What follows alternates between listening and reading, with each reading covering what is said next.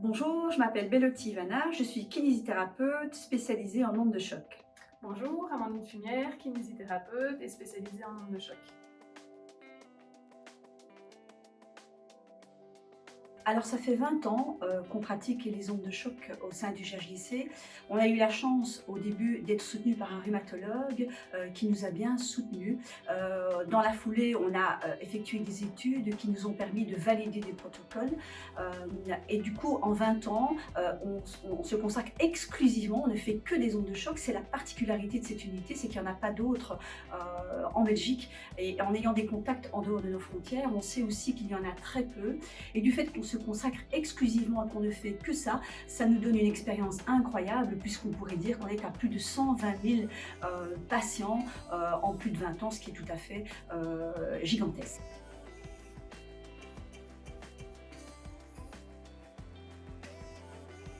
Alors, comme nous travaillons dans un centre de revalidation, les patients qui sont traités chez nous doivent être vus par soit un médecin de médecine physique, soit par un médecin du GHDC. Alors, les médecins savent qu'il faut une demande échographique pour travailler avec les ondes de choc. Le patient vient chez nous, on fait une anamnèse pour qu'on puisse tester un peu la douleur et cette anamnèse va être mise en parallèle avec l'examen échographique du patient. Ce qui va par la suite nous permettre de déterminer quel type de protocole de percussion on va pouvoir utiliser pour traiter la tendinopathie du patient.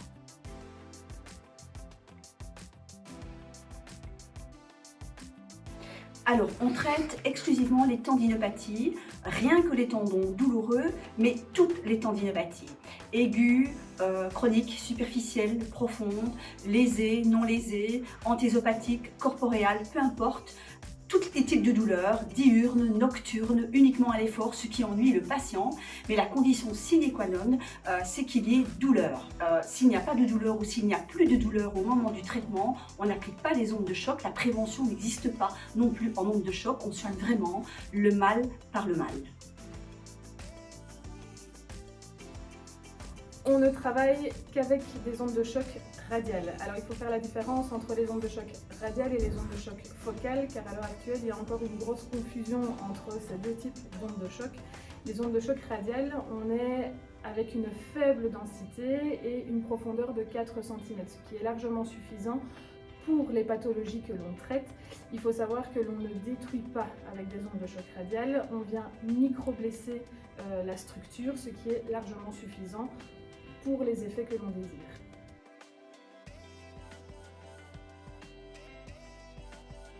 Alors, dans les avantages, évidemment, c'est le temps que ça prend. Une percussion dure 3 minutes, donc c'est très rapide. Il n'y a pas de danger du tout, puisque c'est un traitement qui est non invasif.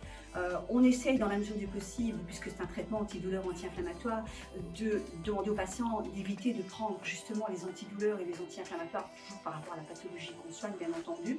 On essaye aussi, dans la mesure du possible, de leur faire reprendre leur activité sportive pendant le traitement, quand il y a lieu, bien entendu.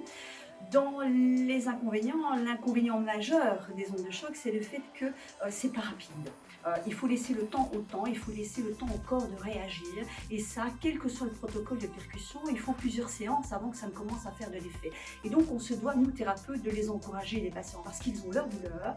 Dans certains cas, on leur fait mal et puis on leur annonce qu'il faut plusieurs séances avant que ça ne fasse de l'effet. Et donc, du coup, on peut comprendre que les patients aient envie parfois de ne pas continuer, etc.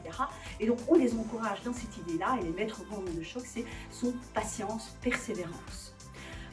Dans les désagréments, on peut mettre en avant les hématomes et la douleur. Les hématomes font partie intégrante du traitement. On est presque content, Amandine et moi, quand il y a des hématomes, parce que ça, le patient comprend mieux, parce qu'il voit l'agression, la micro-lésion.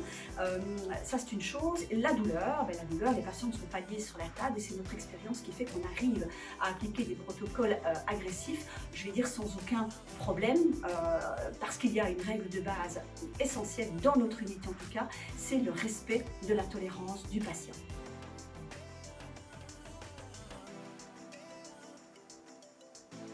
L'efficacité, nous sommes sur une moyenne de 4 fois 3 minutes de traitement pour obtenir 80% de bons résultats, toutes pathologies confondues. Record battu.